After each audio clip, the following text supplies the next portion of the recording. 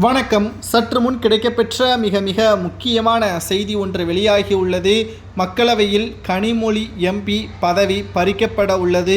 சுமார் 650 கோடி கனிமொழி அவர்கள் ஊழல் செய்திருப்பதாகவும் அவருக்கு நிதியாக கொடுக்கப்பட்டு தூத்துக்குடி பகுதிகளில் கனமழை பெய்த கடந்த ஆண்டு மிகப்பெரிய அளவிலான மக்கள் பாதிப்புக்கு உள்ளானார்கள்.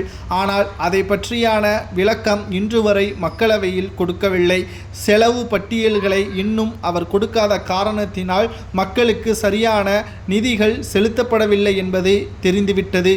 மேலும் கனிமொழி அவர்கள் ஒட்டுமொத்தமாக மக்களையும் ஆட்சி அதிகாரத்தில் இருக்கக்கூடிய மக்களவையையும் தற்பொழுது ஏமாற்றி வருவதாகவும் கனிமொழி அவர்கள் பதவியை பறிக்க வேண்டும் என்றும் அவர் சரியான மக்களவையில் அவர் செலவு பட்டியல்களை கொடுக்க தவறினால் அவர் மீது நடவடிக்கையும் எடுக்கலாம் என்றும் மக்களவை சபாநாயகர் தெரிவித்திருக்கிறார்.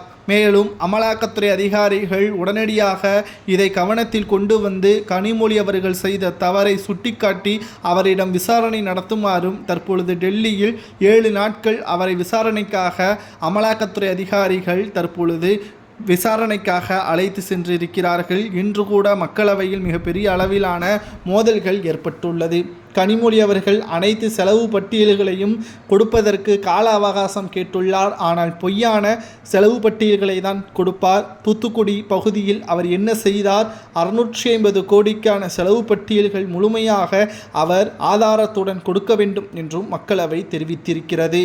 மிக மோசமான செயலில் ஈடுபடக்கூடியவர் தான் கனிமொழி அவர்கள் என்பதும், மக்களது வரிப்பணத்தை சுரண்டி கொண்டு அவர்களுக்கு நிவாரணங்களை வழங்கக்கூடிய வகையில் மத்திய அரசு கொடுத்தால் அது மாநில அரசு தான் கொடுத்திருக்கிறது என்பதையும் அந்தர்பல்ட்டி அடித்துக்கொண்டு மக்களவையில் மீண்டும் பணத்தை கேட்பது சரிதானா என்ற கேள்விகளும் இங்கு முன்வைக்கப்பட்டு வருகிறது. ஏற்கனவே கடந்த சில நாட்களுக்கு முன்பாக சென்னையில் மற்றும் திருவண்ணாமலையில் பெய்த கனமழையின் காரணமாக 2000 கோடி தமிழக முதல்வர் ஸ்டாலின் அவர்கள் கேட்டார். ஆனால் 980 கோடி ரூபாய் தான் கொடுக்க முடியும் என்று மத்திய அரசு தெரிவித்துவிட்டது.